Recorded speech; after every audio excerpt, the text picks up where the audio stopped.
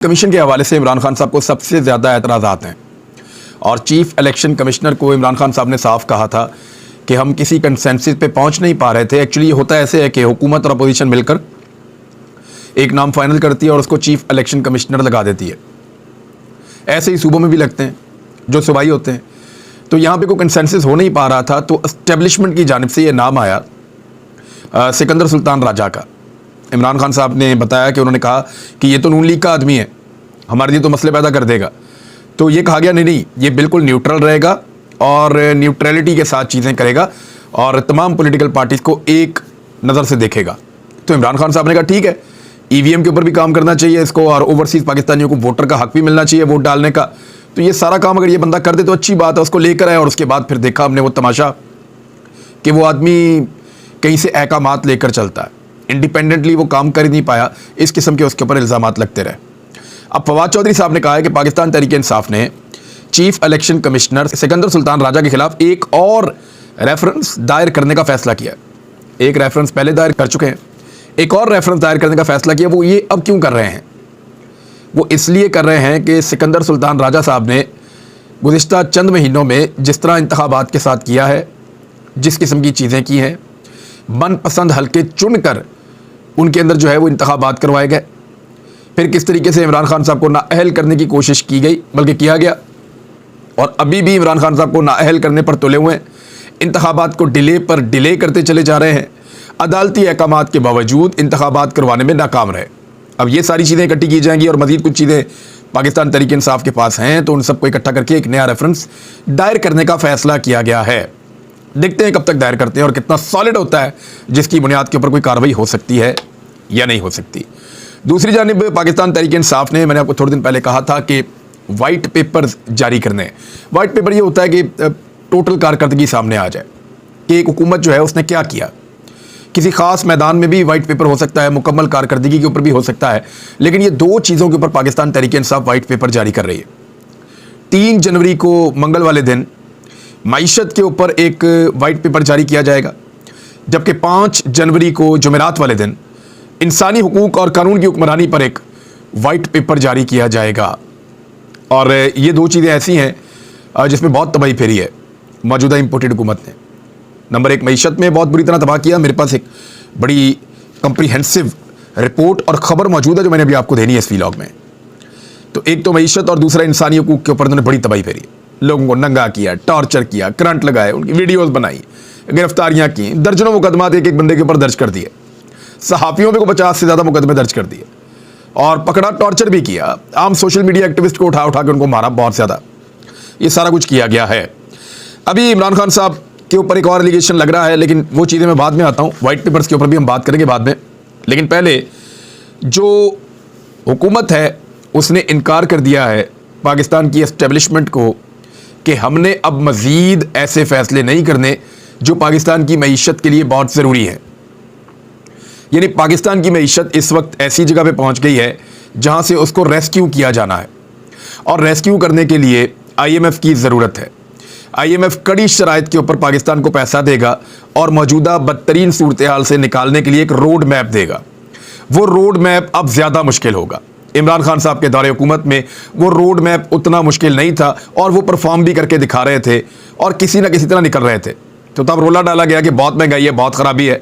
फिर इमरान खान साहब की हुकूमत को गिराया गया, तो फिर मईशत संभली नहीं, लोगों का एतमाद ख़त्म हो गया मईशत के ऊपर से, हुकूमत के ऊपर से। तो एकदम पूरी की पूरी मईशत बैठ गई। उसके बाद मज़ीद मुश्किल शराइत के ऊपर आईएमएफ के साथ डील की गई, लेकिन उस डील को पूरा करने की बजाय वज़ीर ख़जाना बदल दिया गया। इसहाक डार ने आने के बाद इस बात को रियलाइज़ किया, क्योंकि इसहाक डार नवाज शरीफ साहब के साथ होते थे, तो नवाज शरीफ साहब ने और इसहाक डार ने इस बात को रियलाइज़ किया, इस बात का अंदाज़ा लगा लिया कि हमारा पॉलिटिकल कैपिटल बहुत कम है। पॉलिटिकल कैपिटल कहते हैं कि किसी भी पॉलिटिकल पार्टी की आवाम के अंदर मकबूलियत। यानी अगर आप सर्वे करवाएं और एक पॉलिटिकल पार्टी का सर्वे आता है कि 70% लोग कहते हैं हम उसके साथ हैं, तो उसका पॉलिटिकल कैपिटल जो है वो बहुत ज़्यादा है। और एक पॉलिटिकल पार्टी के बारे में लोग कहते हैं सिर्फ 30% या 20% के हम उसके साथ हैं, तो उसका पॉलिटिकल कैपिटल बहुत कम है। तो इस वक्त आप कोई भी सर्वे करवा लें, सोशल मीडिया पे करवा लें, पाकिस्तान के किसी भी शहर में करवा लें, तो पीडीएम की जो जमातें हैं उनका पॉलिटिकल कैपिटल बहुत ज़्यादा कम हो गया। पीएमएलएन को उसका ज़्यादा नुकसान इसलिए हुआ कि उनका वज़ीर आज़म था शहबाज शरीफ। तो अब नवाज शरीफ को और इसहाक डार साहब को इस बात का इदराक हुआ कि जो फैसले मिफ्ता इस्माइल से करवाए जा रहे हैं उन फैसलों की ज़रूरत तो है। यानी मईशत का पट्टा बिठा दिया, पूरा का पूरा माशी साइकिल रुक गया, तो फिर आपको यही कुछ करना पड़ता है ना जो मिफ्ता इस्माइल कर रहे थे। हालांकि कर तो वो ज्यादती ही रहे थे, और लगातार एक बड़ी ज्यादती के बाद, एक झूठ के बाद बहुत सारे झूठ बोलने पड़ते हैं। तो रिजीम चेंज ऑपरेशन के बाद जब लोगों का एक गिला पैदा हो गया इदारों के साथ, एक रिफ्ट पैदा हो गई और उसकी वजह से इकोनॉमी का भट्टा बैठ गया, तो फिर आपको बहुत सारी ऐसी चीज़ें करनी पड़ी जो रिजीम चेंज ऑपरेशन की तरह की ज्यादतियां थी, और वो आपको करनी पड़ती थी। तो इसहाक डार साहब को लाया गया ताकि पॉलिटिकल कैपिटल बचाया जा सके कि अगर नून लीग की कोई इज्जत रह गई है तो उसको बचाने के लिए इस बंदे को लाया गया। इन्होंने आकर IMF के साथ जो डील हुई थी उसको ओबे नहीं किया।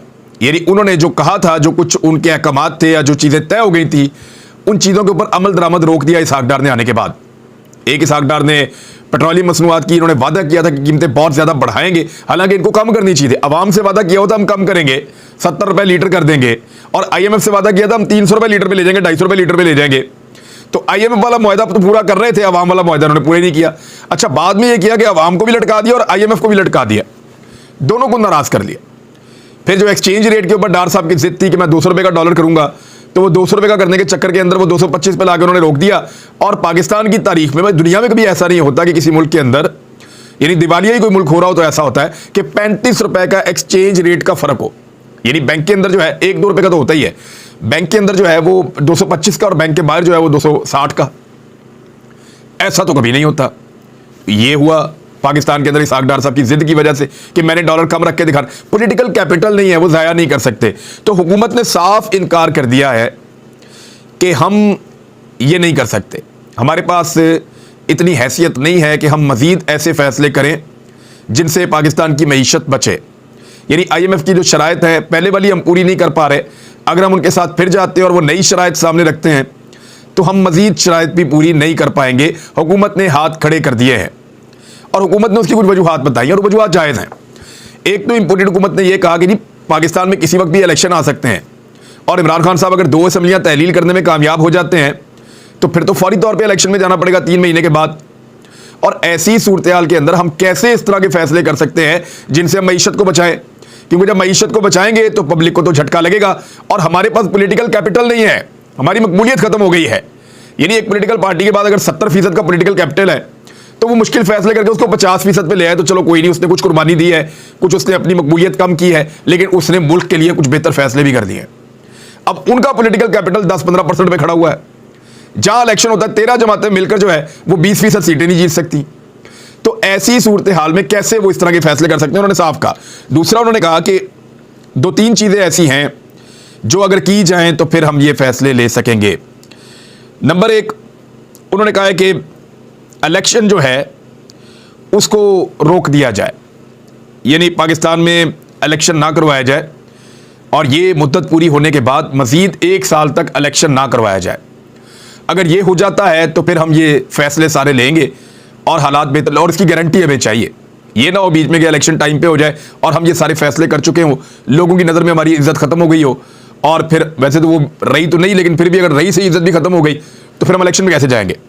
और इसके लिए जो एक तजवीज़ दी गई है और आपस में डिस्कशन की गई है वो है माशी इमरजेंसी लगा दी जाए, यानी माशी इमरजेंसी लगा दी जाए और उसकी बुनियाद के ऊपर इलेक्शन की मुद्दत पूरी होने के बाद इस असेंबली की 1 साल की मजीद तौसीह कर दी जाए। नंबर 2, उन्होंने कहा जी ठीक है, फिर हम हाथ खड़े कर देते हैं, हम हुकूमत छोड़ देते हैं और इलेक्शन अनाउंस कर दें, लेकिन एक टेक्नोक्रेट हुकूमत बना दें और वो टेक्नोक्रेट जो है वो इस हुकूमत को चलाते रहें अगले 2-2.5 साल तक, और इतनी देर के अंदर हम अपने आप को भी ठीक कर देंगे और पाकिस्तान के हालात भी बदल जाएंगे और हम अपनी पॉलिटिक्स में वापस आ जाएंगे और इमरान खान का मुकाबला करने के काबिल हो जाएंगे। या तो फिर ये हमें सहूलत दे दी जाए कि ये वाला 6 महीने भी ले लें, 8 महीने ये वाले ले लें, और उसके बाद वो 1.5 साल आगे भी ले लें, तो 2 साल, 2.25 साल, 2.5 साल जितना आपने टाइम लेना है वो टेक्नोक्रेट्स की एक हुकूमत बना दें और वो मिलकर चलती रहे। अच्छा, एक ऑप्शन ये भी ज़ेरे गौर आई कि ये किया जाए कि मौजूदा जो पॉलिटिकल सेटअप है इसमें से कुछ लोगों को कम किया जाए और कुछ टेक्नोक्रेट्स इसके अंदर शामिल कर दिए जाएं, और जो टेक्नोक्रेट्स शामिल कर दिए जाएं उनके ज़रिए से फिर मईशत को चलाया जाए और पाकिस्तान के अंदर मिसाके मईशत टाइप की एक चीज़ की जाए। सारे स्टेक होल्डर्स बैठें और उसमें पाकिस्तान तहरीक इंसाफ अगर नहीं भी बैठती तो बाकी सारे बैठें और टेक्नोक्रेट्स की एक बड़ी टीम बनाई जाए कि हमने एक बड़ी माशी टीम बना दी है जो अब मुश्किल तरीन फैसले करेगी। और ये जो टीम अब बनी है इसको तहफ़्फ़ुज़ दिया जाए कुछ आईनी नुक्ता नज़र से, और ये फैसला किया जाए कि कोई भी हुकूमत आएगी ये टीम अपनी तजावीज़ देती रहेगी और ये काम करती रहेगी, और ये जो एक बड़ी टीम बन गई है टेक्नोक्रेट्स की ये पाकिस्तान को मदद करेगी। ये गैर जमहूरी तो होगा लेकिन ये भी एक फार्मूला जो है वो रखा गया है। बहरहाल इनमें से किसी भी फार्मूले के ऊपर इत्तफाक राय नहीं हो पाया। मैं ये आपको बता दूं इनमें कुछ फार्मूले जो हैं वो इंटरनली डिस्कस हुए हैं पॉलिटिकल स्टेक होल्डर्स के अंदर, और कुछ जो हैं वो एस्टेब्लिशमेंट तक पहुंचे भी हैं। उसके बाद एस्टेब्लिशमेंट ने कुछ मुबैना तौर पे जो इकोनॉमिस्ट हैं जो मईशतदान हैं उनसे मुलाकातें भी की हैं, और उन मुलाकातों के नतीजे में कुछ चीज़ों का उनको अंदाज़ा भी हुआ है कि एक्चुअली पाकिस्तान कहाँ पहुँच गया है और उसमें से निकला कैसे जा सकता है। यानी इलेक्शन ना करवाने की गारंटी कैसे दे एस्टेब्लिशमेंट, ये गारंटी देना इस वक्त बहुत मुश्किल है। हाँ, ये तो गारंटी दी जा सकती है कि चले इस महीने नहीं होंगे या 4 महीने नहीं होंगे, लेकिन इलेक्शन होंगे ही नहीं इसकी गारंटी नहीं दी जा सकती। फिर बजट के बाद भी इलेक्शन ना हो ये वारा नहीं खाता, क्योंकि पब्लिक जो है वो बहुत फ्रस्ट्रेशन में है, और बजट के बाद भी इलेक्शन हो तो ये पीडीएम की जमातों को वारा नहीं खाता। यानी वो इलेक्शन किसी सूरत इलेक्शन में अभी भी नहीं जा सकते, लेकिन अगर उन्होंने आईएमएफ के साथ नई डील में गए और उस डील को पूरा करने के लिए मजीद बोझ पब्लिक के ऊपर डाला, फंस गए बहुत बुरी तरह। इस वक्त अगर मैं आपको बताऊं तो उनका कसूर नहीं है, कसूर इनका उस वक्त था जिस वक्त इन्होंने रजीम चेंज ऑपरेशन किया और पाकिस्तान की मईशत का भट्टा बिठा दिया, बेटा गर्क कर दिया इन्होंने पाकिस्तान का, गलत फैसले किए, मनमानिया की, दबाव डाला, अपनी जिद और अना की भेंट पाकिस्तान को चढ़ा दिया। अब पूरा पाकिस्तान ही फंस गया है। अब जो भी आएगा, चाहे निगरान हुकूमत आए, चाहे इमरान खान आए, चाहे ये हुकूमत हो, सबको आईएमएफ के पास जाना पड़ेगा। आईएमएफ कड़ी और मुश्किल शराइत के ऊपर पैसा देगा, वो शराइत आपको पूरी करनी पड़ेगी, तब आप डिफॉल्ट से बचेंगे। अदरवाइज अगर आप डिफॉल्ट कर गए तो फिर आपसे बड़ी बड़ी शराइत बनवाई जाएंगी आपको जो है वो फेस सेविंग देने के लिए, या आपको इस सिचुएशन से निकालने के लिए या रेस्क्यू करने के लिए। और बड़ी शराइत पे आपको पहले भी बता चुका हूं, लेकिन एक पूरा वीलॉग इसके ऊपर करेंगे कि डिफॉल्ट की सूरत में किसी मुल्क से क्या चीजें बनवाने की कोशिश की जाती है और किन मुल्कों को किन किन सूरत हाल का सामना करना पड़ा, और पाकिस्तान के सामने कौन सी चीजें आएंगी खुदा न खास्ता अगर पाकिस्तान डिफॉल्ट होता है तो। मैंने कुछ मईशतदानों से बात की है और कुछ मईशतदानों ने जाकर एस्टेब्लिशमेंट को भी मशवरे दिए हैं।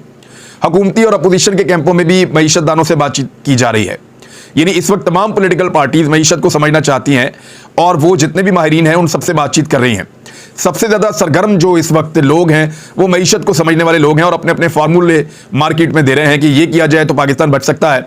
लेकिन मैक्सिमम लोग जो हैं, यानी मेरी सलमान शाह साहब से बात हुई, 2-3 और लोग हैं उनसे बात हुई, मैक्सिमम लोगों का ये मानना है कि इस वक्त इंतखाबाती एक हल है। वो इस तरह के जो सियासी अदम इस्तेहकाम है वो सबसे बड़ी रुकावट बना हुआ है 2 चीज़ों के सामने। एक जो दहशतगर्दी की नई लहर आ रही है, और दूसरी जो बड़ी चीज़ है वो मईशत की तबाही है। सियासी अदम इस्तेहकाम अगर दूर हो गया तो इन दोनों चीज़ों से पाकिस्तान निकलना शुरू हो जाएगा, ये उनका मानना है। दूसरा वो ये कह रहे हैं कि ये मौजूदा हुकूमत जो है मुश्किल फैसले नहीं कर पाएगी। अब ये हुकूमत वो सख्त चीज़ें नहीं कर पाएगी जो आईएमएफ मांगेगा, आईएमएफ की शराइत पर अमल नहीं कर पाएगी क्योंकि इसकी मकबूलियत ख़त्म हो गई है। लिहाजा पाकिस्तान में फौरी तौर पे एक टेक्नोक्रेट्स के ऊपर मुश्तमिल 3 महीने की निगरान हुकूमत बनाई जाए। जितना देर करेंगे उतनी ज़्यादा खराबी पैदा हो जाएगी, क्योंकि ये लोग अपनी सियासत बचाएंगे, मुल्क बचाने की कोशिश नहीं करेंगे। जितना देर करेंगे, जितनी ताखीर करेंगे, उतना पाकिस्तान का नुकसान हो जाएगा। अब करना क्या है, जो फार्मूला दिया जा रहा है मईशतदानों की जानिब से, वो ये है कि टेक्नोक्रेट्स, जो लोग मईशत को समझते हैं, जो फैसले करें मेरिट के ऊपर, और जिनको कभी इलेक्शन के अंदर तो नहीं जाना ना, उनको कभी ये भी नहीं करना कि हम इलेक्शन में जाना पड़ेगा या ये फैसला करना पड़ेगा या वो चीज़ करनी पड़ेगी, नहीं, उन्होंने सीधा सीधा जो ठीक लगेगा वो फैसला कर देना है। तो जो टेक्नोक्रेट्स हैं उनकी 3 महीने की हुकूमत, जो आईनी मुद्दत है 90 दिन की, वो बनाई जाए। वो लोग आईएमएफ के साथ जाकर बात करें और आईएमएफ की शराइत को पूरा करें। पब्लिक पे बोझ पड़ेगा, याद रखिएगा, कोई भी मुल्क जो है वो बगैर कुर्बानी के तो आगे बढ़ नहीं सकता। तो ये कुर्बानी हमें आज नहीं तो कल देनी पड़ेगी, हमें इस्लाहात करनी पड़ेंगी बहुत बड़ी बड़ी। लेकिन इस्लाहात तो वो हुकूमत नहीं कर पाएगी, ना कानून साजी कर पाएगी, लेकिन वो कुछ ऐसे फैसले उसको करने पड़ेंगे, कुछ गारंटीज जो वो आईएमएफ को देंगे उनको पूरा करना पड़ेगा, और 90 दिन तक वो हुकूमत चलेगी। इस बीच में कुछ आपकी इकोनॉमी संभल जाएगी और पाकिस्तान में इलेक्शन हो जाएगा। इलेक्शन के नतीजे में जो हुकूमत बनेगी उसके पास अवाम का मैंडेट होगा और उसके पास पॉलिटिकल कैपिटल भी होगा।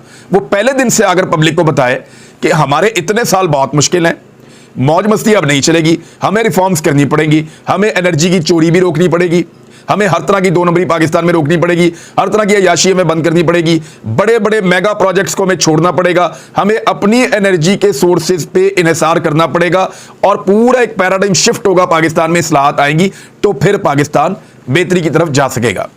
ये है वो फॉर्मूला जो मईशतदान अभी दे रहे हैं और उनका ये कहना है कि हर गुजरते महीने के साथ मजीद बोझ पड़ रहा है, क्योंकि पाकिस्तान के पास लगभग 5.5 अरब अमेरिकी डॉलर बचे हैं। 1 अरब अमेरिकी डॉलर हम जनवरी के पहले हफ्ते में यूएई के बैंकों को देंगे, फिर हमारे पास बच जाएंगे 4.5 अरब अमेरिकी डॉलर। उनमें से 3 अरब अमेरिकी डॉलर जो हैं वो सऊदी अरब के हैं, जिनको हम खर्च नहीं कर सकते, और फिर हमारा खर्चा भी उस महीने तक हो जाएगा, तो हमारे पास बाकी बच जाएंगे 50 करोड़ अमेरिकी डॉलर। तो पाकिस्तान के पास, और वो पैसे चाइना के भी हैं उसके अंदर 2 अरब डॉलर्स, तो पाकिस्तान को अगर वो इजाज़त भी दे दें कि आप ये पैसे खर्च कर लें, तो पाकिस्तान के पास 3 महीने से ज़्यादा की कैपेसिटी नहीं है अगर आईएमएफ आपको रेस्क्यू नहीं करता। लेकिन अगर आईएमएफ आपको रेस्क्यू कर देता है तो फिर इमरान खान साहब को इलेक्शन में जाने की जल्दी नहीं होनी चाहिए, फिर वो इंतजार करें और इस हुकूमत को ये फैसले करने दें। वो मुकर्ररा टाइम पे भी इलेक्शन में जाएंगे तो आराम से 3/4 अक्सरियत भी ले लेंगे। अब बिलावल जरदारी या पीएमएलएन के लोग वो लोग इल्जामात लगा रहे हैं कि इमरान खान साहब ने मुल्क को डिफॉल्ट के करीब पहुंचाया।